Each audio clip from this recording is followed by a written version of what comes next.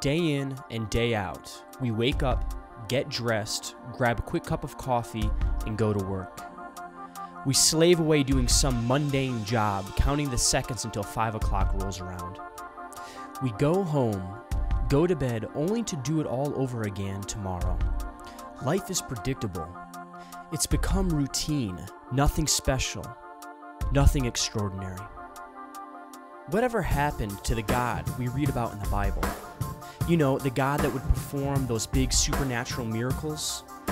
Burning bushes, parting of oceans, walking on water, raising the dead? Where has he gone? Why don't I see him? Why don't I feel him in my life? Why?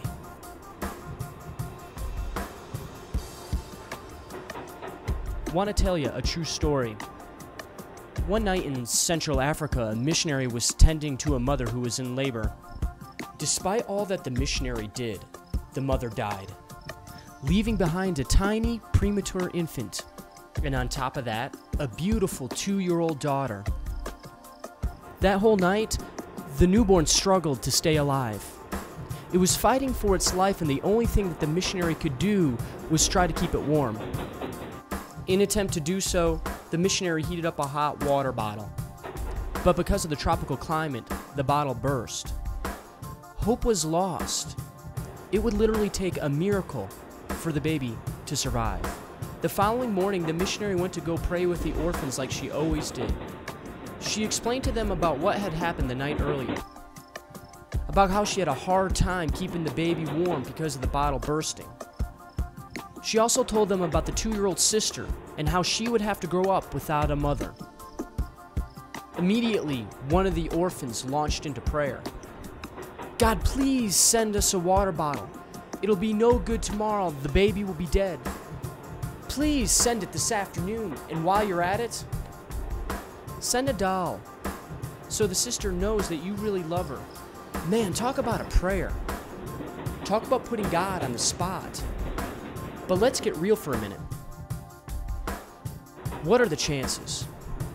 I mean, yeah, the Bible says that God can do anything, but there are limits, aren't there? The missionary had been working in the Congo for over 4 years, and in that time, she had not received one package, not one. Who would send one now? And if someone did, who would put in a hot water bottle? Take a lucky guess at what arrived that afternoon at the mission. A large package. When the missionary saw it, her stomach leapt into her throat. This is just coincidence, right?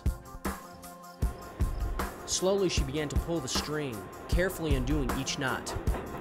She unwrapped the paper and opened the box.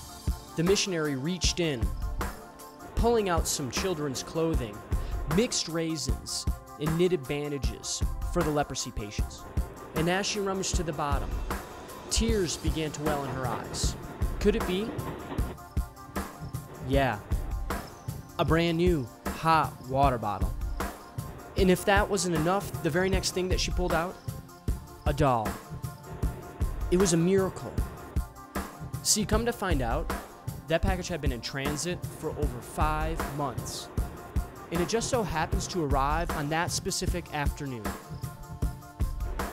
See, the miracle wasn't what was in the box. The miracle happened outside of the box. Someone heard God's voice and obediently placed a hot water bottle and a doll in a box bound for an African jungle. They would never see the miracle, never know why they did what they did or what purpose God would serve through their simple and subtle action. All they did was have ears to hear God's voice. God is speaking to you right now. Are you listening? Do you want to see a miracle? Do you want to be a part of something extraordinary? Something bigger than yourself? Do you want to have hope again? Are you ready for a miracle? Okay, then start listening. Christ is calling out to you. Open the eyes of your heart and follow.